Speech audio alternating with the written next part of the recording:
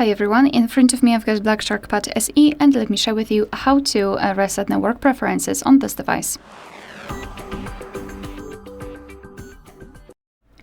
So let's start with opening the settings. And here in this left section we need to scroll and find the option System.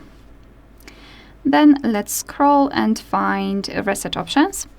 And here we've got Reset Mobile Network Settings or Bluetooth and Wi-Fi. So as you can see, they are divided, which is great. You do not really have to reset everything at the same time.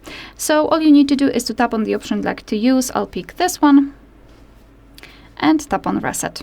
And basically this is it. So the same with mobile network, tap on Reset Settings. Here we need to confirm everything with our screen lock. So let's do it. And here we've got the information, which should be also mentioned in the previous one, that you cannot undo this action, so be aware about that. And tap on Reset Settings. And as you can see, the network settings have been reset successfully. Alright, so that will be all. Thank you so much for watching. Please hit the subscribe button and leave the thumbs up.